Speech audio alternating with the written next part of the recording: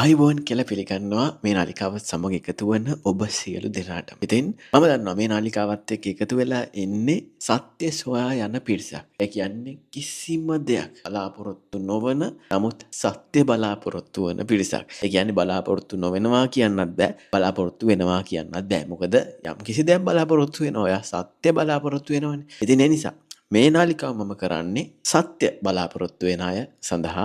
ඉතින් ඒ නිසා මම මුලින්ම කියනවා මේක හරහා ගිහිල්ලා අවසානයේ ඔයාට ලබා ගන්න දෙයක් නැහැ කියන එක මුලින්ම කියන්න ඕනේ. ඉතින් මේ නාලිකාවත් එක්ක එකතු වෙනවා නම් ඔයාට මේ නාලිකාව හරහා ලබා ගන්න දෙයක් නැහැ. ඉතින් ඔයාට ලබා ගන්න පුළුවන්කම තියෙන්නේ සත්‍ය විතරමයි. මේ විශ්වයේ තියෙන්නේ එකම එක සත්‍යයයි. නමුත් ඒ සත්‍ය එක්කෙනාට අනුව දකින විදිය වෙනස් වෙන්න පුළුවන්. ඒක නිසා තමයි කියන්නේ Taman විශ්වාස කරන දේ හැම වෙලාවෙම සත්‍ය නෙමෙයි කියලා. එක්කෙනෙකුට සත්‍ය වෙන දෙයක් තව කෙනෙකුට අසත්‍යක් වෙන්න පුළුවන්. එතකොට ඒක අසත්‍යයක්ද?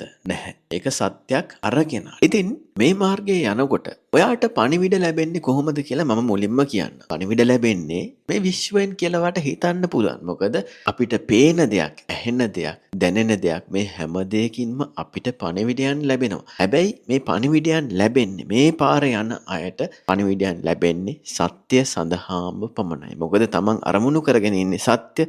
එතකොට තමන්ට ලැබෙන්නේ සත්‍ය සඳහා පණිවිඩ. වෙන දෙයක් අරමුණු කරගෙන යනවා නම් වට ඒ දේ සඳහා පණිවිඩ ලැබෙන්න පුළුවන්. නමුත් මේ මාර්ගයේ යනකොට වට ලැබෙන්නේ සත්‍යම පමණයි. ඉතින් ඒ නිසා මේ මාර්ගයේ ඉන්න කෙනෙක්ට මම කියනවා ඔයා මේ මාර්ගයේ යනවා නම් අනිවාර්යයි ඔයා සත්‍ය සඳහාම විතරයි අරමුණු කරන්න ඕනේ කියලා. ඒ වගේම තව දෙයක් තමයි මේ මාර්ගයේ යනකොට ඔයාට අද දැනෙන දේ නෙමෙයි හෙට දැනෙන දේ. එතකොට සත්‍ය කියන දේ ඔයාට දැනෙන විදිය වෙනස් වෙනවා. ඒ කියන්නේ ඔයා බිලීව් කරන විදිය, ඔයා විශ්වාස කරන විදිය දවසෙන් දවස මොහොතින් මොහොත වෙනස් වෙනවා කියන එකත් ඔයාට දැනුම් දෙන්න ඕනේ. ඊටමත් වැදගත් දෙයක්. ඒ කියන්නේ මොකක්ද? ඔයා අඩියක් තියනකොට ඒ පළවෙනි අඩිය තියද්දි ඔයාට දැනෙන දේ නෙමෙයි ඊළඟ අඩිය තියද්දි දැනෙන්නේ. ඒකත් හොඳට මතක තියාගන්න. තව විදිහට කියනවා නම් අද වීඩියෝ එකක් බලන කෙනාට ඒ වීඩියෝ එකම ඊළඟ දවසේ බැලුවොත් දැනෙන දේ වෙනස් වෙනවා කියන එකත් මතක තියාගන්න ඕනේ. එතකොට සත්‍ය මොකක්ද? පළවෙනි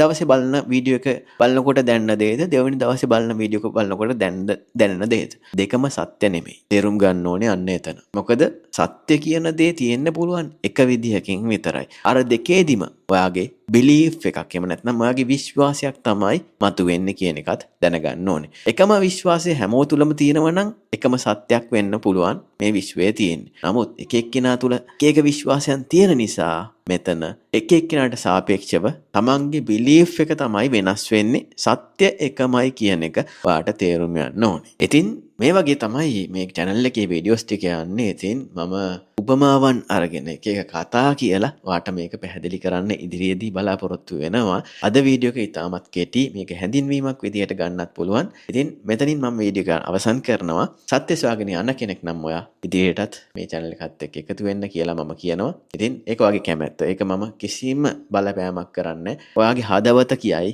ඔයාට මේක බලන්න ඕනේද නැද්ද කියන එක. එහෙනම් අදට සමුගෙන යනවා. ඔයාට බොහොම ස්තුතියි.